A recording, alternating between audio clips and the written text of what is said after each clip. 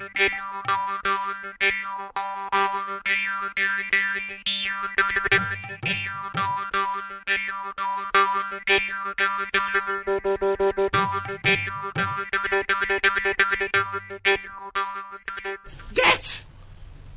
the comfy chair!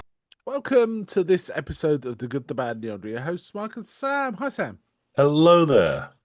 Right, so this is a comfy chair episode, so we're going to be sort of freewheeling about movies and TV and games and whatever books, whatever we want to talk about, really. But one thing I wanted to know, and I can't remember if I said this last time, but it's sort of progressing, is I'm shifting everything we do onto YouTube and to a Libsyn website rather than our main website because I'm just having problems with the main website and it costs a fortune. So I figured time to redo. So it's all on YouTube as well. Everything is on YouTube. All 1,000-odd episodes are on YouTube, which is kind of cool. I'll send you a link. I don't think I have.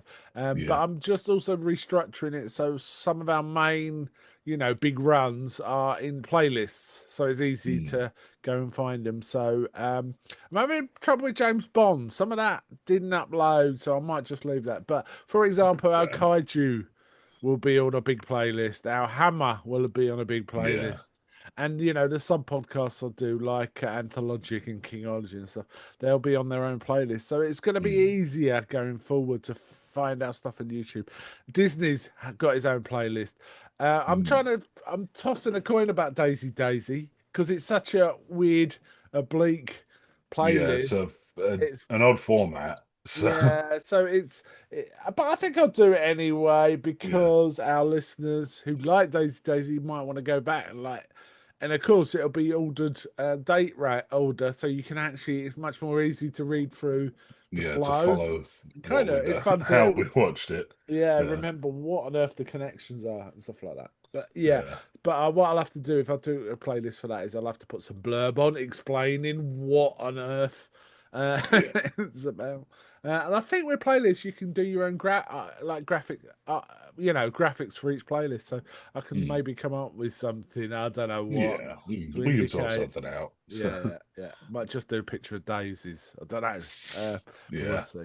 Right. Anyway, so that's kind of exciting. Being on YouTube, I think we get significantly more listeners, but I do suspect quite a lot of them listen for 10 seconds because they think it's something different and then leave.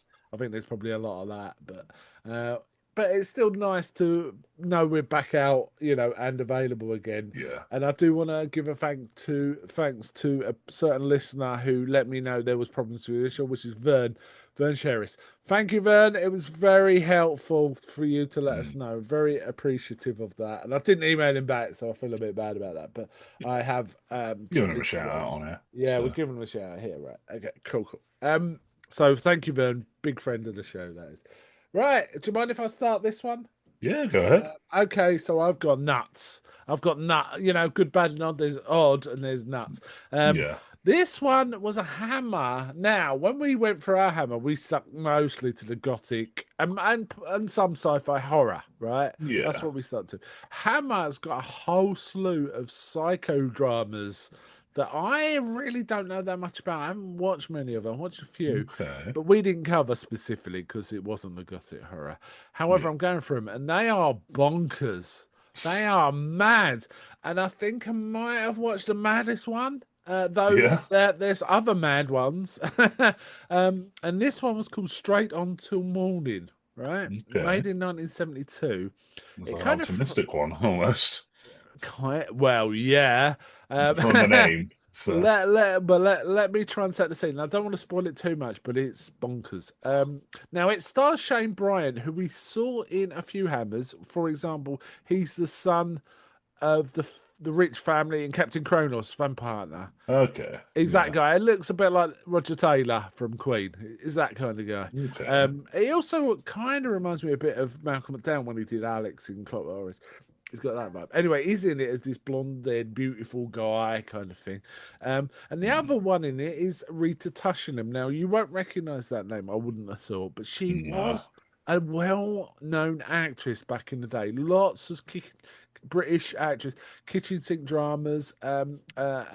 She's kind of famous for that. So it kind of freaked me out. She's in a Hammer film for a start, right?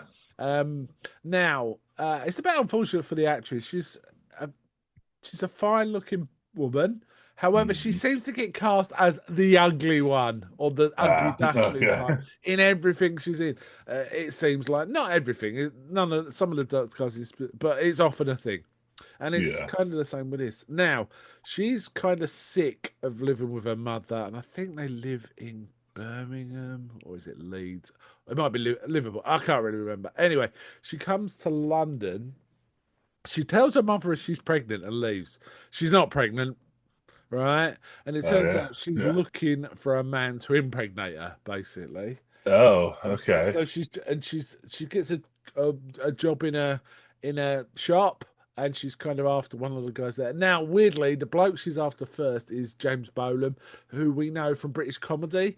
Only When I Laugh, I'm HAPP guy, that guy. Yeah. Figgis. Also in The Lightning Legs. So she's kind of trying to latch onto him, but he gets off with another one at a party, which makes her really upset. She goes for a walk. She finds a dog. She sees this man, Shane Bryant, walking the dog, and but the dog's run away from him, and she deliberately runs off with the dog, right? And then she pretends she's found a dog and goes back to his play. You know, she finds the address on the dog. She goes back and sort of says, "I found your dog." And his first words is, "Why'd you run off with my dog?"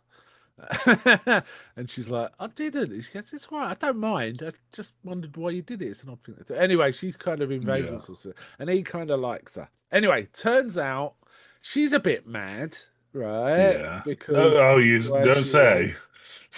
Yeah, but he's even madder. He's even madder. Right. He's kind of obsessed with Peter Pan. Right. Okay. I was wondering. The dog is called Tinkerbell. The dog is called Tinkerbell. And her name's really is Brenda, but she says I'm Rosella or something like that. Rosella? A really weird name. And he says, "I don't like that. And that's not your name, is it?" At first, he clicks on straight away. He says, "That's not your name, is it?" And then he says, "Don't tell me your name. I want to name you. You're Wendy." Yeah, of course. Right, and then it goes on from there. Anyway, it turns out he's mental. He kills things that are pretty. He hates things that are pretty because it's something to do with his mother or his parents always held him as pretty, and he hated that, and it really turned him against anything pretty. And it turns out he kind of killed them. It looks like it's never right. The other thing about this film is it's directed by the guy that directed The Italian Job, Peter Collinson. Okay, yeah. And the directing style is really weird, and it kind of feels like one of those Italian giallos.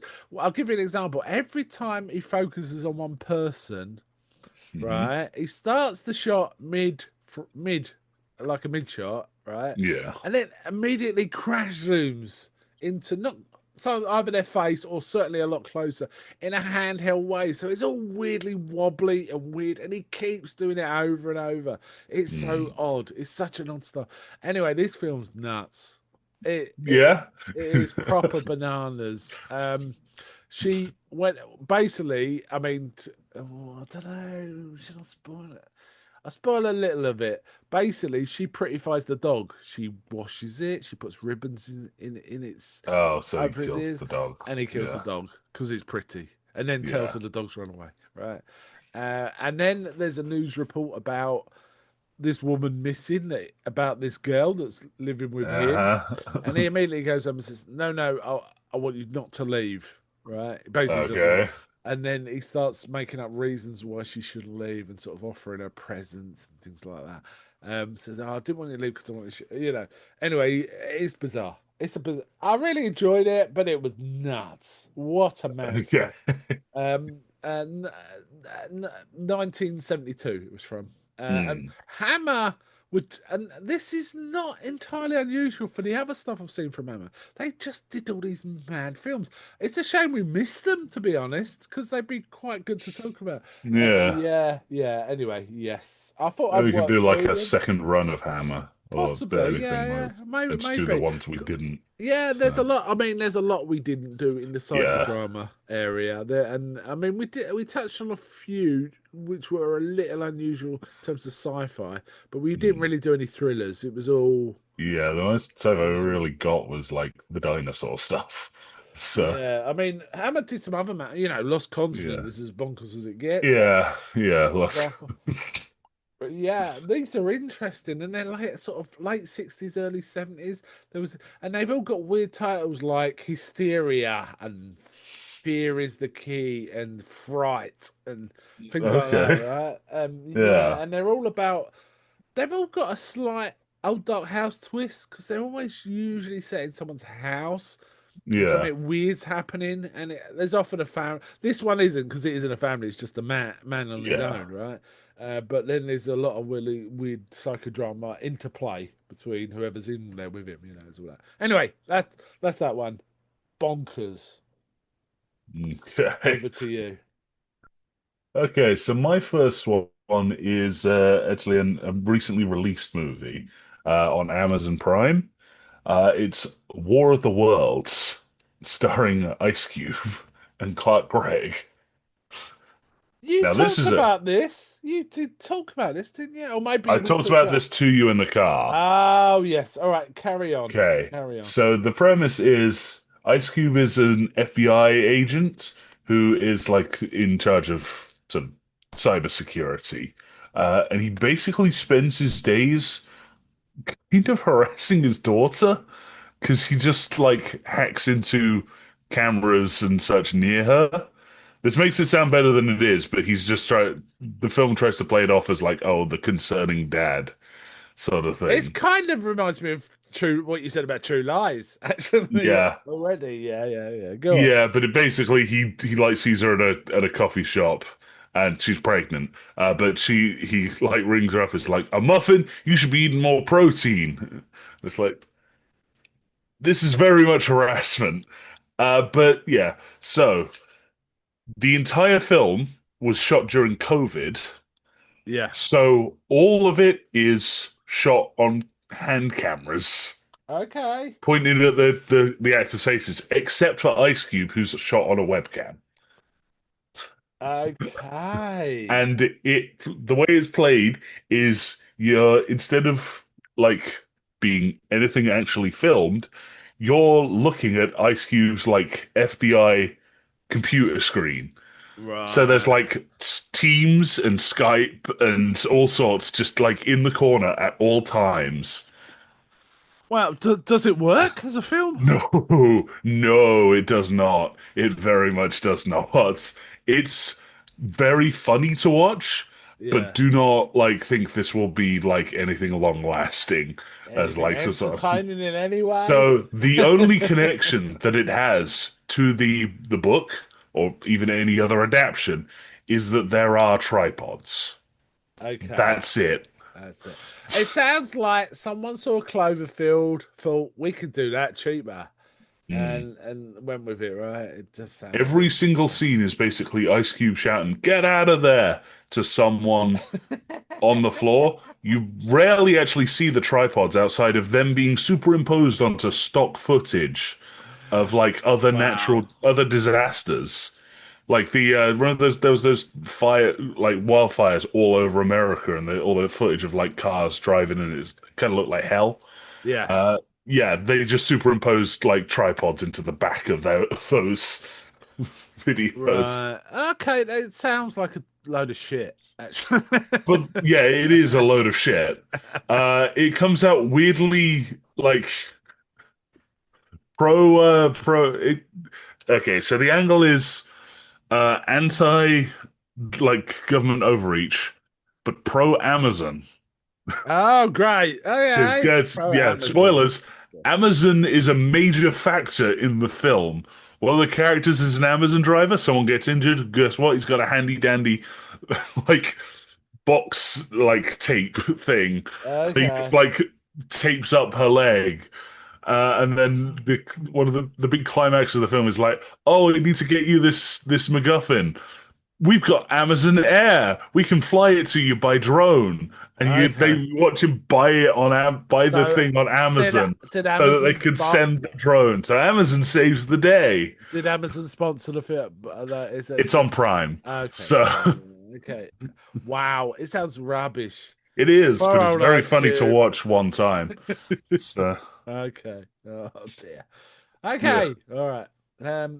I have been working through Elvis films. In fact, did I talk yeah, about an Elvis film last time? I can't remember. Anyway, chronologically, yeah. now there's a certain period of Elvis film. There's kind of two main phases. In fact, probably three main phases of Elvis films. Mm, The first is where he was still singing and stuff, but it was tended to be more straight dramas.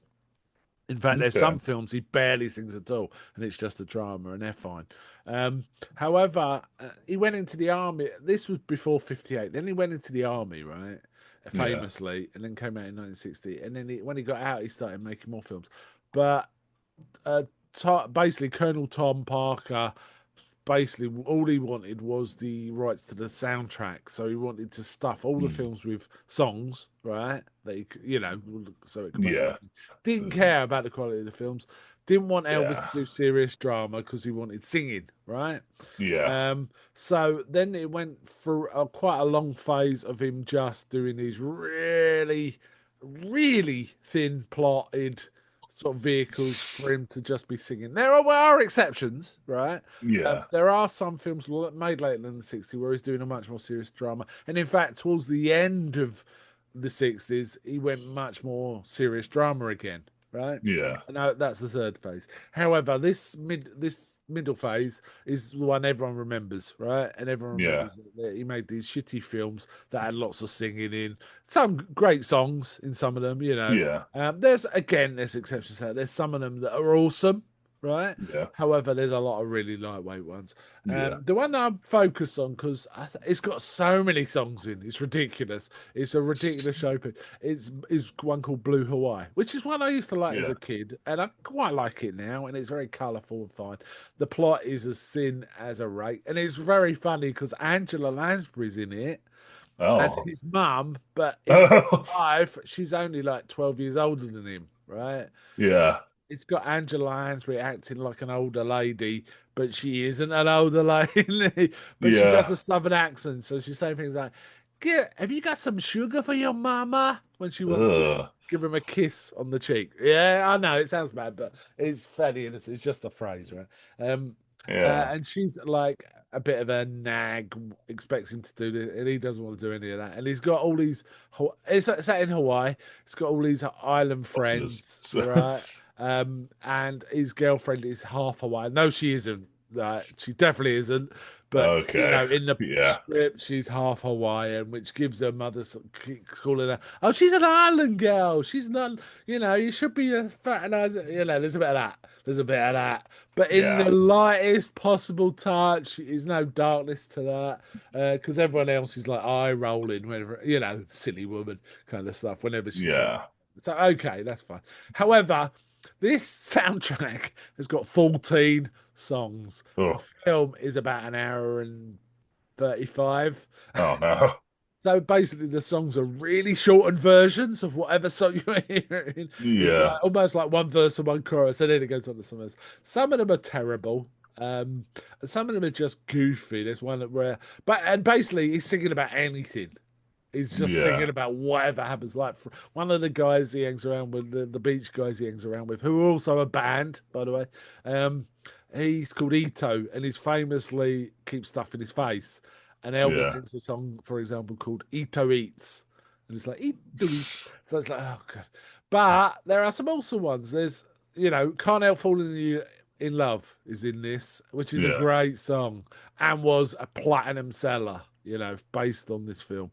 Yeah. Coming out when this film came out. But again, he only sings like a verse and a chorus of it. It's not the full song. Yeah. So because they got to pack so many in, I think he also did some covers of older songs about Hawaii that was built into it too. It's a Yeah. good, fun, colourful film, but I mean, lightweight is that's overestimating it. Frankly, Yeah. it's so slight the plot. And his dad's long suffering. like at one point, he's saying, "Look, Mum, I'm not doing what you want. I'm doing my own thing." And Yeah. she goes, "Well, if you live under this roof, you will do as." And he goes, "Okay, you made my decision." And leaves. And she turns to her husband and says, "Where did we go wrong?" And he goes, "I think it's when we got the day we got married." Damn. And it ends with him getting married to the girl, but just phoning his parents and telling him. And the dad sort of phones up his wife and says, "Right, get over to this island right away in a good dress." And she's going, "Why? What's going on?" And all this. And he goes, "Your son's getting married." And she faints. And like the film ends. Yeah. The wedding. That's it. Yeah. They're fluffy and they're goofy. But I'm gonna keep working through them because I think there's some real bangers among them. But I just got to get to it.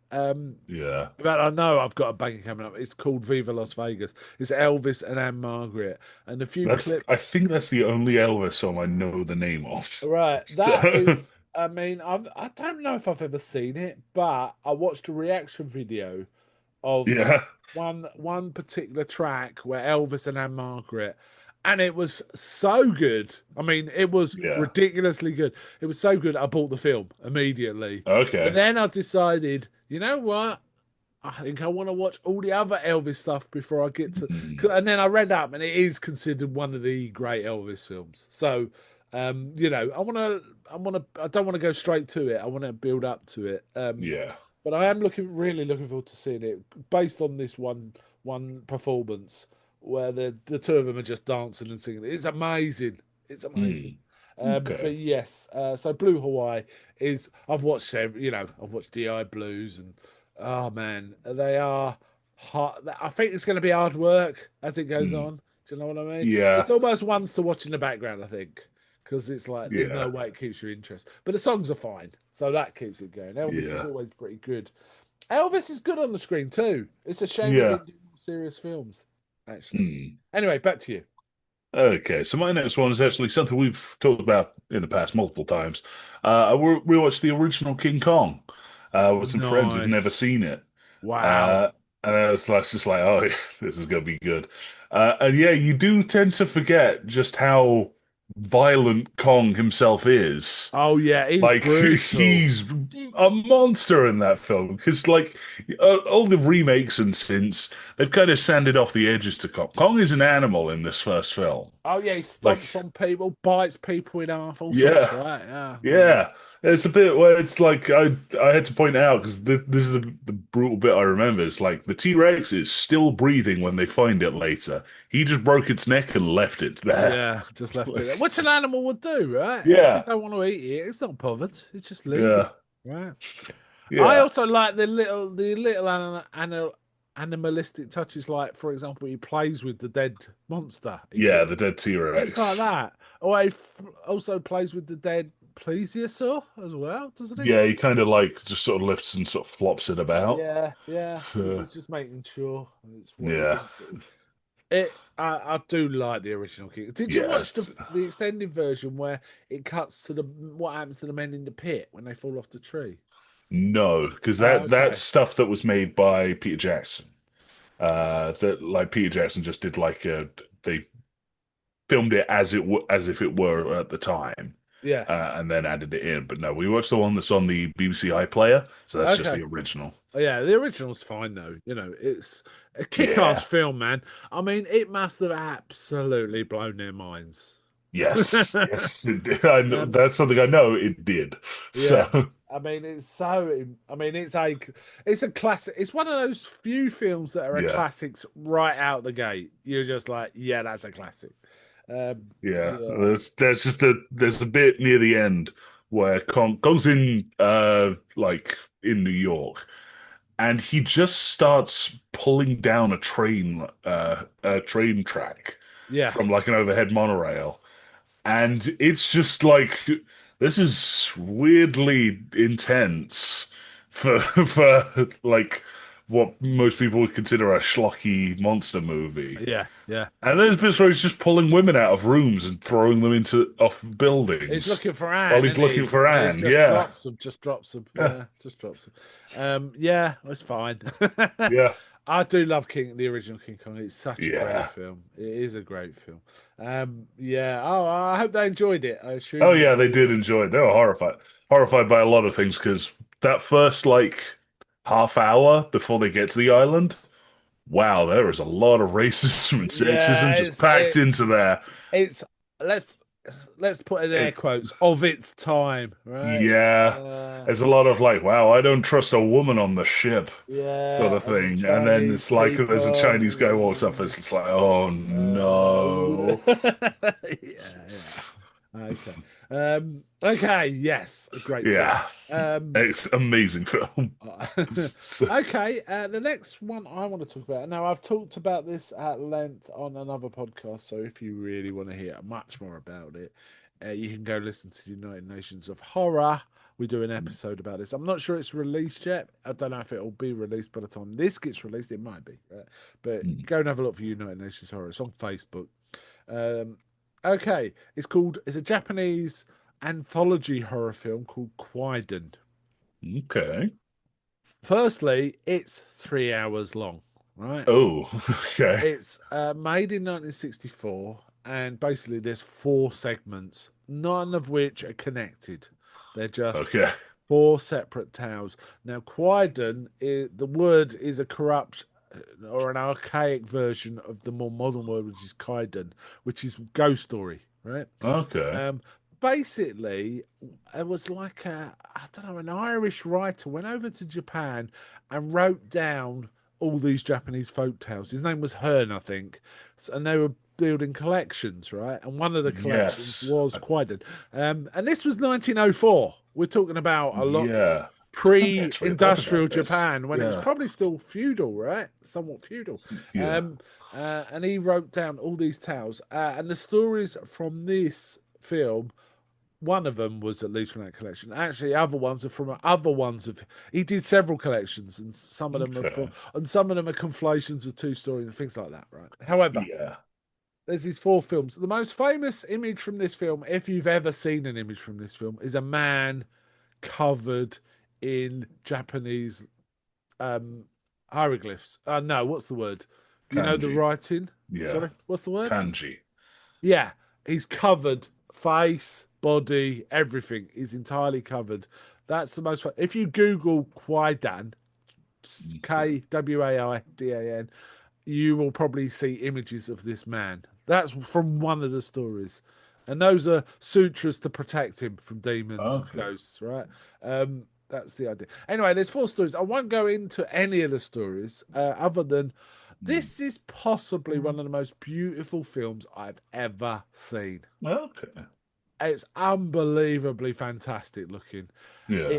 I feel like, and it's a very slow, measured film, and there's not actually that much dialogue. What there is a narrator, almost like relaying bits of the story to open and close, right? Yeah. Um, it's in color. It's just looks absolutely marvelous. The whole film looks Okay. unbelievably great.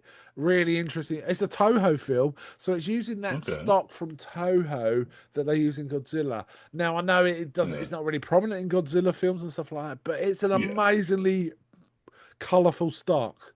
It's a Yeah. really sharp, really good film stock, and it works really well in this film. In fact, some of the critics about this film when it came out at the time, and it won various awards because it was considered a really good Yeah. one. It said this film is so beautiful you don't get scared because it's so beautiful. Do you know? Yeah. So yeah, and it's four distinct stories. The third one is really long, the one that involves the bloke with the symbols over him.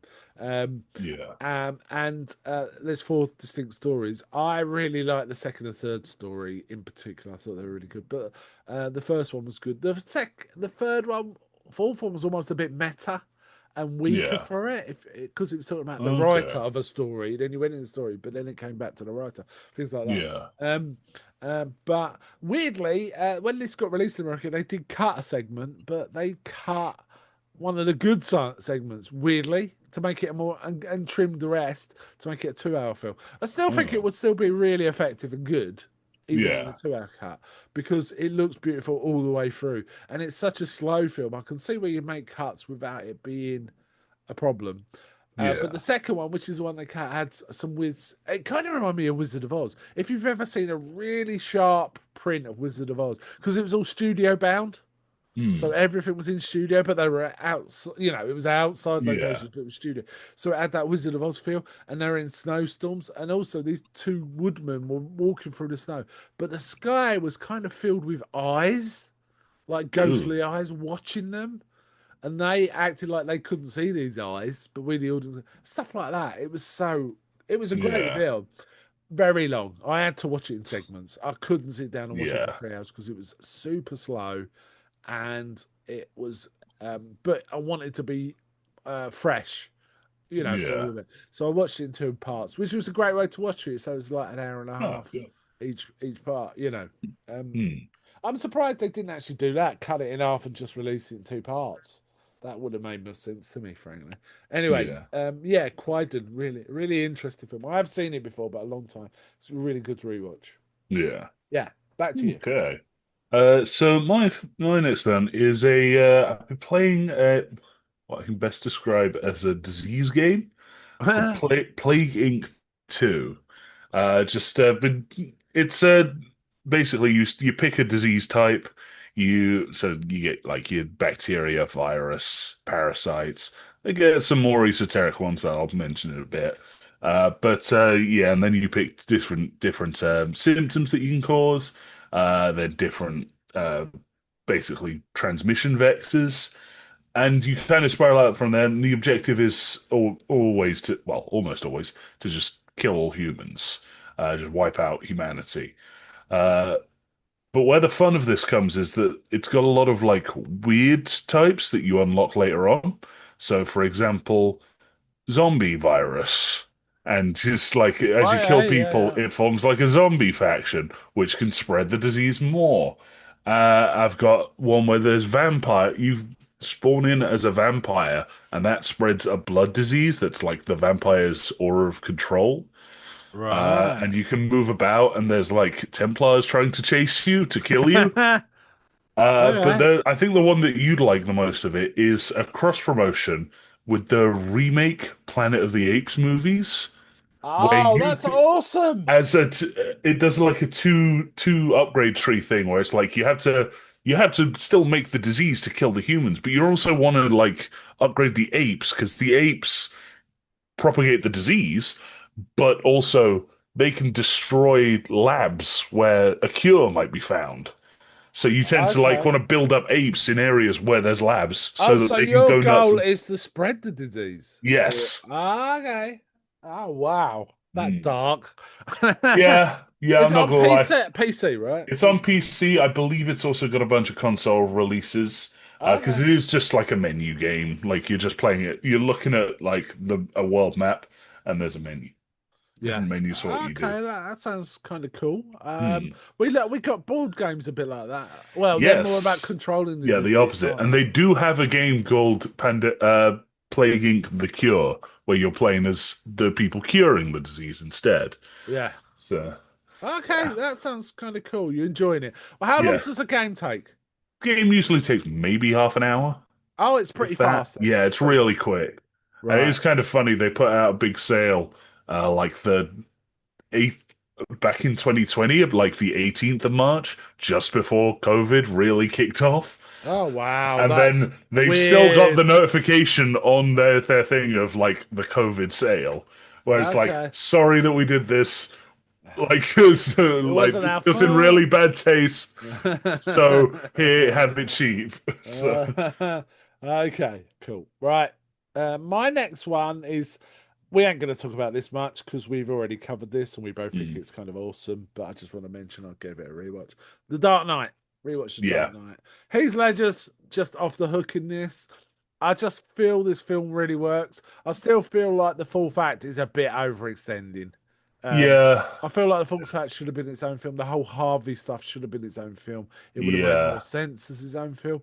However, this is what we got. It's still a great film. It's not a 10 because of that. For me, it's a 9.5 maybe, right? It's it's yeah, just But I mean, this is Heath Ledger is so good. He's so electric on the screen. Yeah, The stuff he comes out, like you know, I like dynamite. I like knives. They're cheap, and things like that. yeah, Explaining himself, and it kind of the arc Harvey arc actually kind of makes sense to me because he's been basically maddened by what's happened to him. yeah. The Joker's It's just got essentially a certain killing way, Joe. right?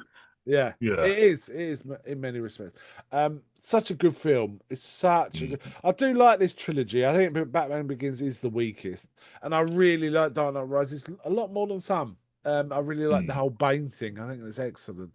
Though I totally forget what the Catwoman subplot's about. I know it's there, and I She was just trying to like hide herself. She was trying yeah, to basically just disappear from any yeah, sort of yeah, yeah. surveillance.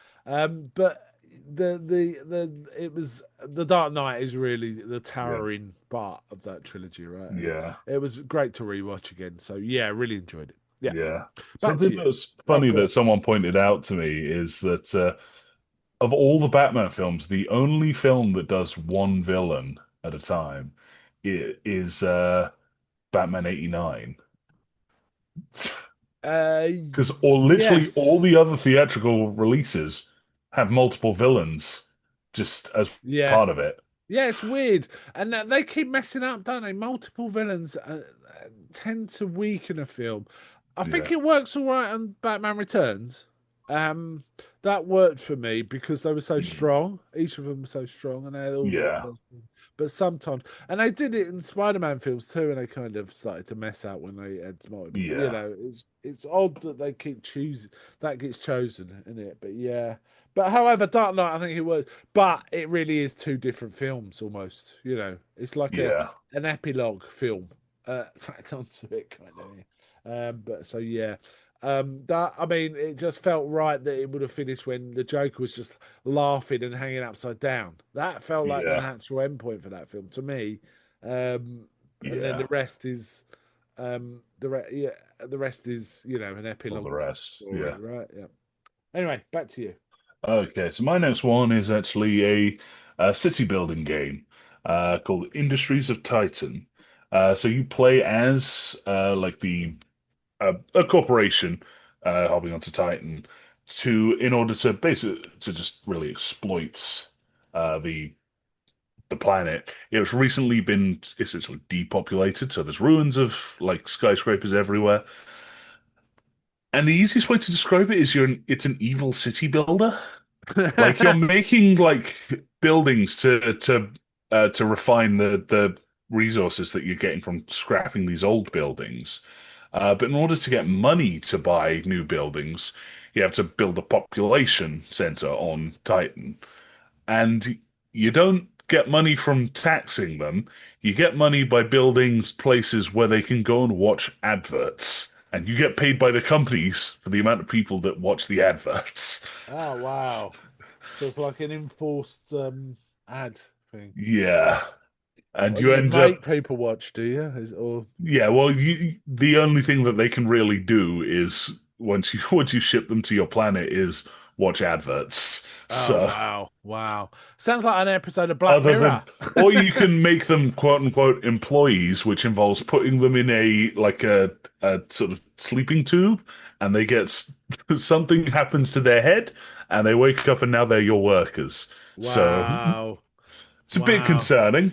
Yeah, yeah. Yeah, It sounds a bit like a future to me. PC yeah, game? PC yeah, game? it's a PC game. Okay, cool, cool. So All right. yeah. Okay, my next one is a film that's currently out in the cinemas, I believe, or if it might have just left them. I don't know. It's a film called The Roses. Okay. It's a remake, kind of a redo of an old film with Michael Douglas and Hmm. Kathleen Turner called War of the Roses. Okay. This one's been updated to a British couple called the Roses, who basically fall out. Benedict Cumberbatch and Olivia Colman are the couple. Okay. It's a comedy and it's very funny. I enjoyed it greatly, and it's like watching them destroy. They basically get angry and more snipey towards each other as the film goes on. But there's still this heart of they want to still kind of want to be together, but they just can't bear they're both kind of a little immature, and you know, trying to plays the victim, and then the other one plays the victim because I've done this for you because there's all that. But meanwhile, there's some very Yeah. funny jokes going on, lots of funny jokes and interactions with sort of other characters. Benedict Cumberbatch is an architect who something disastrous goes on wrong with one of his buildings, which basically wrecks his career, and he becomes like Yeah. almost like a house husband while his wife's career takes off. It's almost Yeah. like A Star Is Born in that respect, in terms of a Yeah. couple where one's on the ascendancy and one's on the descent, kind of thing. Yeah, really funny. I really enjoyed this film. I thought it was a Mm. good laugh.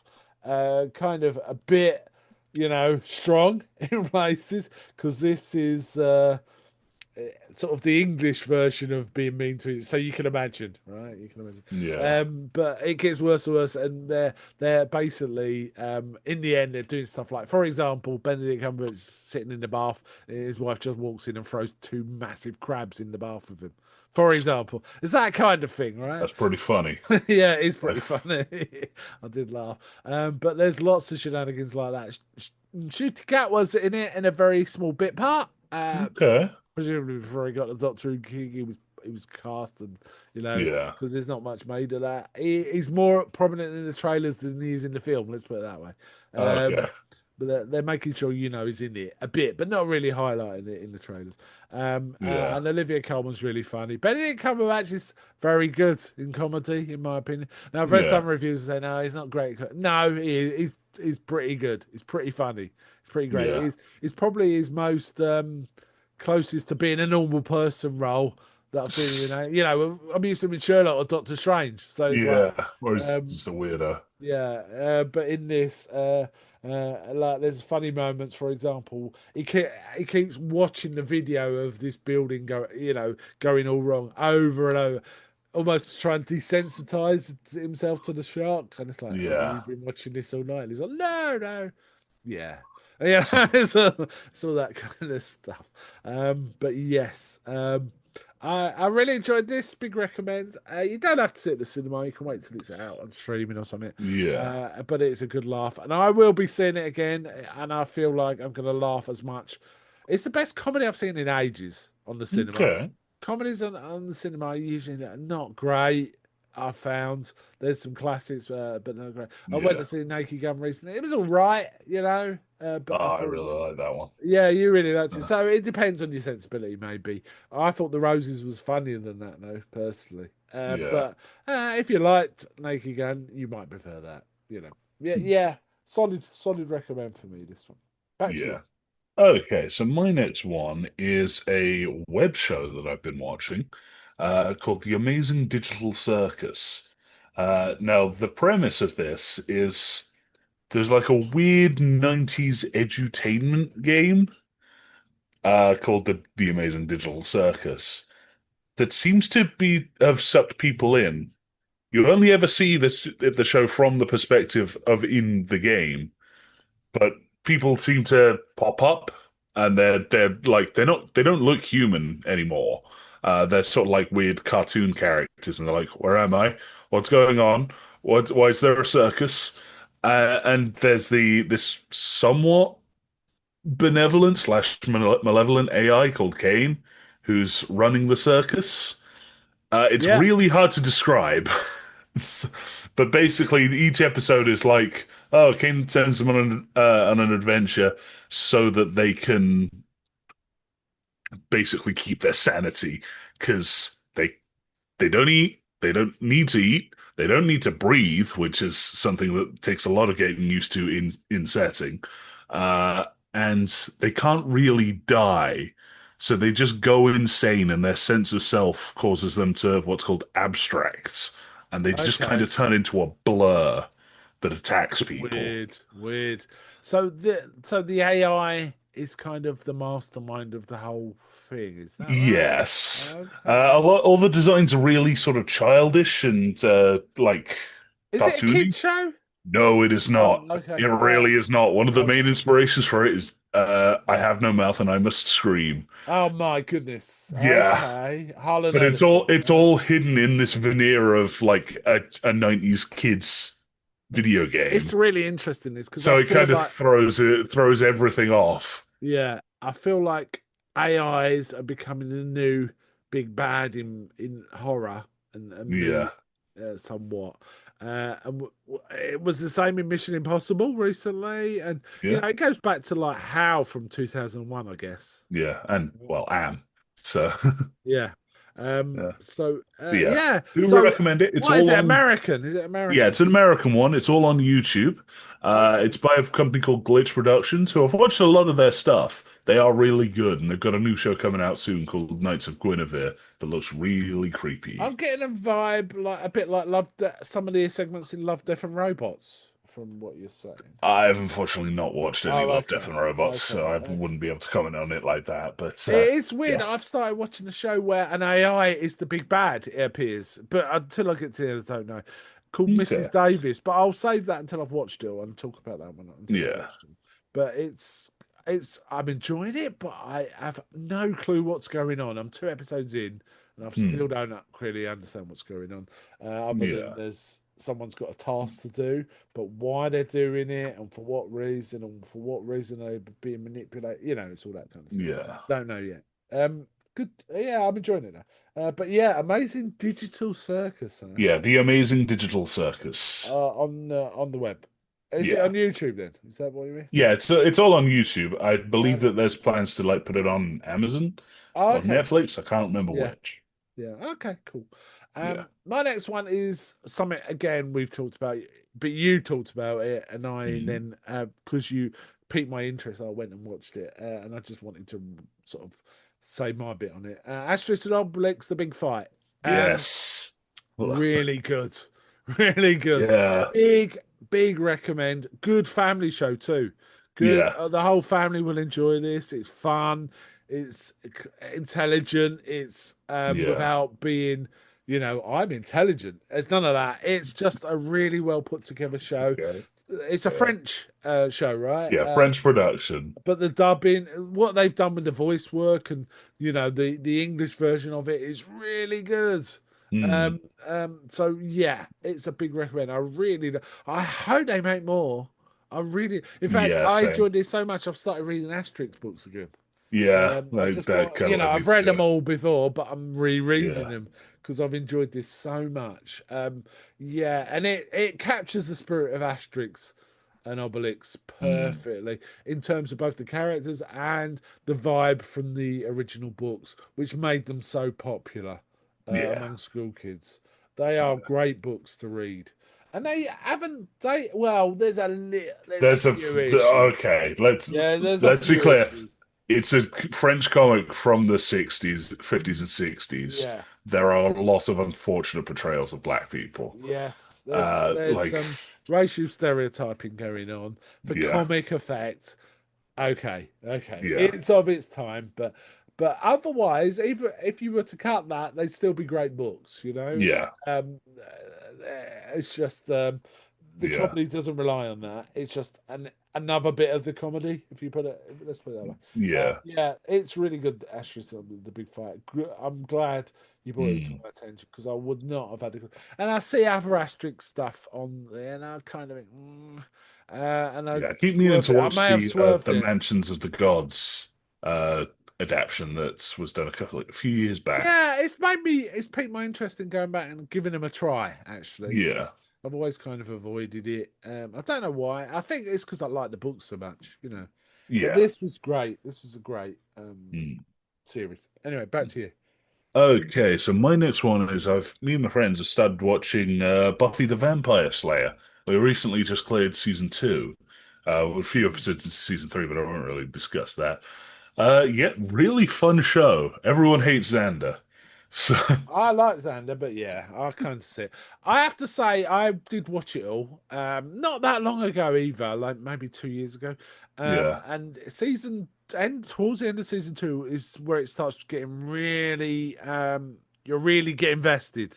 yeah, I found that season one and the first half of season two, I liked it, but I wasn't. It was just fluff on the telly, you know. But Yeah. then I start to get invested quite heavily. So did you find that? Would you say Yeah, that's yeah. yeah There are some episodes where it's like, ooh, this was just written in like to fill some space. I can't even yeah call it filler episode because that's giving it too much credit. yeah? It's got that It's nice sass though, you know, like yeah, Firefly say and things like yeah. that, Well, right? it's the Whedon dialogue. Yeah. It works well. Yeah, And it's fun. It works particularly well for high school yeah. stuff, right? It's worth. Well, I do like. I know you've been watching D69. Armin Schumann as the principal. Yeah. Yeah, love him. So, um, I mean, I really like Buffy. I think Buffy's really good. yeah, Giles, Giles is my Willow, favorite yeah, character because I love just every time someone prods the bear with Giles because it always happens. Someone prods the bear and Giles demonstrates that he could basically just take over the show, really. yeah, But he doesn't. Like he's trying to stay away from that life. yeah. Like, You don't mess with Giles, basically. yeah, I quite like the Drusilla Spike stuff, and I can't remember yeah, exactly how prominent that is. And I'm having trouble remembering what the main arcs are for the season 1 and 2. The Hellmouth is yeah. kind of prominent in it, and Yeah, there's a the big season bad one, it's the master, and like I master. think I pointed this out at the while we were watching this. Buffy the Vampire Slayer doesn't do too much vampire slaying in that first Yeah, season. yeah. And you'll find as it goes on there is vampire slaying, but it's cursory. It's like, oh, we kill a Yeah, few vampires at the beginning, and then we get on with the main story, right? yeah, Quite a bit of that going on. yeah. So there's crazy episodes with like I'm trying to remember like dog a pack of Okay, the dog, pack, yes, yeah, where things like that. the principal, their old principal gets eaten. Oh yeah, Why? Like, I remember now. yeah. Is Seth Green in it yet, or is he not Yeah, connected to it? Seth Green gets introduced like late season, I think maybe Two. in like very early season two Yeah, or like late season one. yeah. I'm always interested in the Willow stuff's kind of interesting too. Yeah. There's some very just to let you know, there are some very affecting episodes when you Mm, get to 5 and 6, quite dark in places as well. yeah. Um, um, I have to say, the more I watched it, the more I thought, you know what? I think the most interesting character in this is Spike. Um, Okay. but that is not apparent in season 1 and 2. Yeah. I was thinking as you go into later seasons, but that's probably a disservice to some of the other characters. Yeah. I do like Giles is a badass though, right? And Yeah. you just don't know he's a badass until you've Yeah. you just feel it. Have you seen the movie by any chance? No, we didn't watch the Yeah, movie. the movie is its own beast Yeah, and because quite a I bit different. we heard it was like bad and you don't No, it isn't. it It doesn't isn't bad. 100% tie into it. No, it doesn't. So, It is quite a good movie. It isn't a okay. bad movie. It's the basically her watch out or whatever they're called is Donald Sutherland, which is odd. Okay. That's an odd Yeah. thing. And also the guy Paul Rubens, Pee Wee Herman, Yeah. is one of the vampires, as is Rutger Hauer. So Yeah. take from that what you will. But I quite like the girl that played Buffy. I thought she was very good, actually, Kirsty Okay. Swanson. Yeah. So it worked for me, that film, and it works on as its own thing. It's worth seeing, Yeah. but it's almost like if you watch the TV series first, we'll go back and watch the movie. It's almost like it's like a parallel universe of Buffy. That's probably Yeah. the best way to describe it. But yeah, I'm glad you're enjoying it. It is a series I did enjoy, and I did get to the end and was very happy I'd watched it all. Yeah. When you get into Okay. later things, maybe we'll discuss some of the things. Maybe not quite problematic. There's some issues get raised in it, Yeah. right? Yeah. But yeah, cool. I'm glad you enjoyed it. It's on Mm. Prime, right? We're just watching like a DVD rip because Okay. apparently the the the Disney Plus version is one where they've like quote unquote digitally restored it to Yeah, and they've wrecked one it, right? format. And yeah, it's like apparently you can just see crew stood at this side of Yeah, the screen. because they filmed So it in widescreen, but didn't shoot it in widescreen, if that makes sense. In that they didn't pay attention to what was in frame and what wasn't. They only Yeah. paid attention to what was in frame for the 4:3 bit. Yeah. So you can't really do it. And they've never released a decent version of it on like physical media. I've got the Mm. DVD box, and it looks shockingly bad. Shockingly bad. In fact, I think I watched it in Prime because it was so bad on the DVDs, and I've got the box set. Very disappointed I was. Yeah. And they've never released a decent one, and they should release a good one of the 4:3 version. Really. Yeah. Anyway, yeah. Okay, Buffy. Nice. You've got a lot to watch. Yeah. A lot of good stuff to Well, watch. we got at least 5 more seasons. Yeah, yeah. So I didn't swerve into Angel. I didn't really find Angel that interesting as a character, to be honest. yeah, he's a bit milk toast. Despite Yeah, it's just a very stereotypical like, oh, woe is me, brooding yeah. vampire shit. Oh, Yeah. I have to say, I heard a story, and I don't know, I haven't seen it, so I don't know. But apparently, in Angel, he becomes like a detective, and in one episode, Spike turns up and he's like taking a piss. He's sort of saying, "Oh, so it's vampire detective now, is it?" It's kind of like taking Yeah. the mickey out of it, which is fun. Spike does that sort of thing. Anyway, Yeah. okay, my next one's a video game. I don't often talk about Mhm. these, but I've got to talk about this because I'm kind of obsessed with this game in a minute. Dune Awakenings. Mm. Now, it's janky as hell. It crashes all the time, but they have got the Dune lore spot on. These guys read everything they could about Dune and got the lore absolutely correct. In terms of the lore they took, not in terms of the gameplay necessarily. Okay. Because you're riding around on motorbikes on Dune and things like that, right? Ooh, That's okay. stupid. Um, but in terms of the lore and the backstory and the video clips and the cut scenes, really excellent.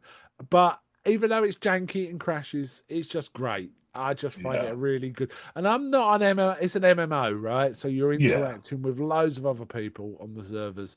I'm not an MMO guy. I like single player games or the sort of co-op games where you're fighting together. Yeah, like COD. I Yeah. like those. Um, but this is my first MMO, and I'm really digging it. They have the first 5 levels where you're progressing heavily are and you can play it as a game, in terms of as a single player game. In effect, you don't have to really interact with anyone else to get on. You're fighting Okay. NPCs and stuff like that. Yeah. It's when you get to the PvP areas where you do fight people. That's up to you. It's a matter of taste. I don't like it, but Yeah. it's a matter of taste. But then the tier 6, the final tier, is where they're trying to hook people to stay together. Not quite right, but they're doing Yeah. adjustments every couple of weeks, which make it better and better.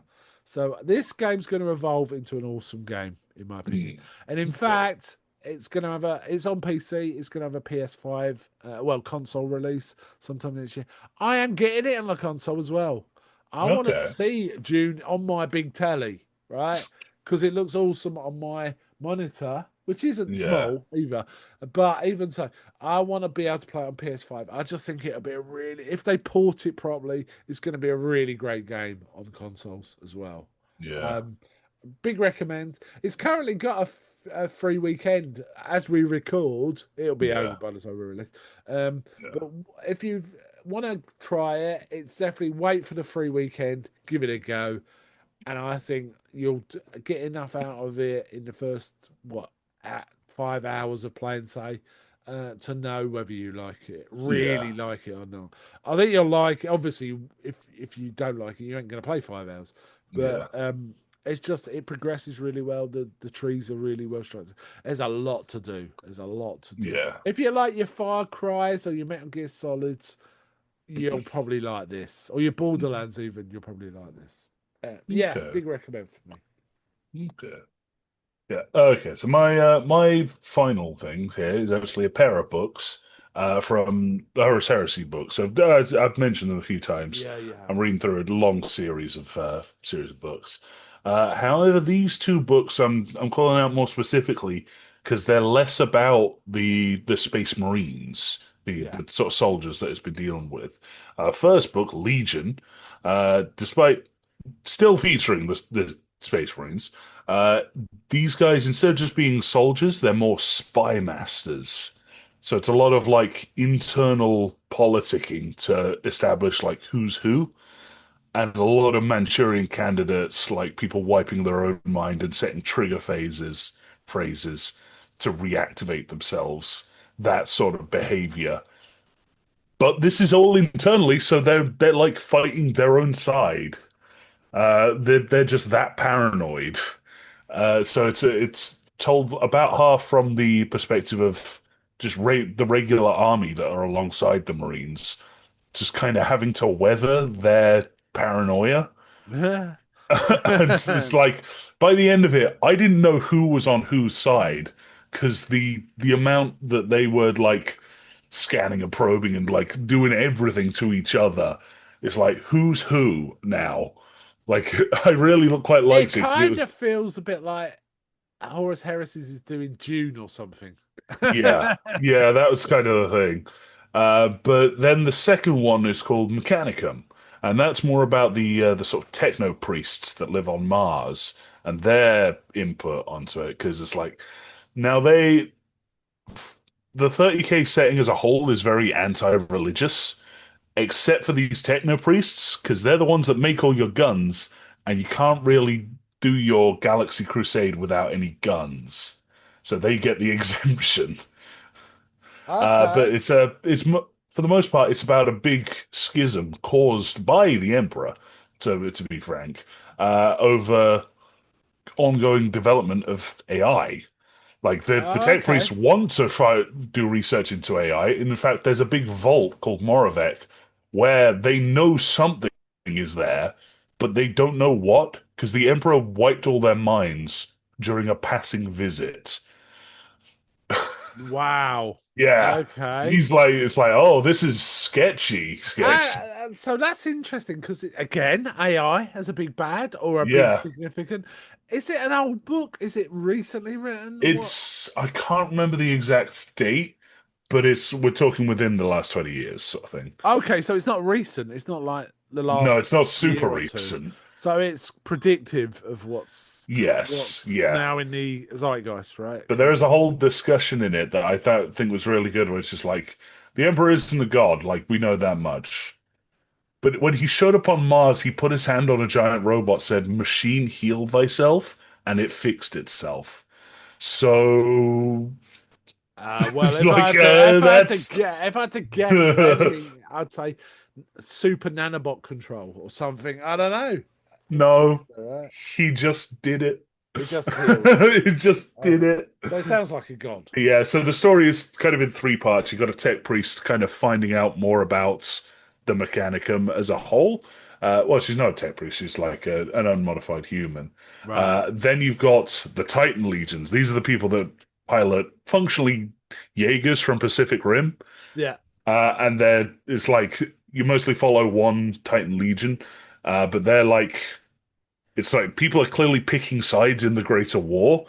And while they're trying to stay independent, it's like they're gonna have to pick a side and they're gonna have to fight their compatriots at some Right. point. And the Okay. third part is some what are called knights, which are much smaller robots hunting something that chased them down. And it's a neat little parallel. It's like we got history, we got politics, and then we just got some guys hunting a robot in the middle of the Martian deserts. Yeah. Like Yeah, it's a with all that fun thing. backstory going on. Yeah, yeah. Yeah. Cool, cool. Sounds it sounds like I mean, you are moving through all of these, aren't you? So Yeah, there are other books in the Horus Heresy that I've read in between these, yeah. but they're Space Marines. They're fairly stock like. There's evil Space Marine, antagonistic Space Marines. There's protagonistic Space Marines. They fight, Yeah. etc. Okay. So yeah, Great. And you consume these through audio books, do you? yeah. Or So I reading? listen to them on Audible. Okay. There's a lot on Yeah. all of them. I mean, I'm Yes. always Well, listening there's a to lot of audio. a lot of the books, Yeah, right? yeah. So I keep cycling through the same stuff though. I mean, I'm kind of listening to Dune stuff and and Jeeves and Worcester and things like that. yeah. Cool, cool, cool. Okay, we got through quite a bit in this comfy chair. We don't usually Mm, have this much, do we? But we're both going through a lot of stuff, so yeah. yeah. Okay, cool. All right, let's wind up there. So bye Okay. from me. Bye.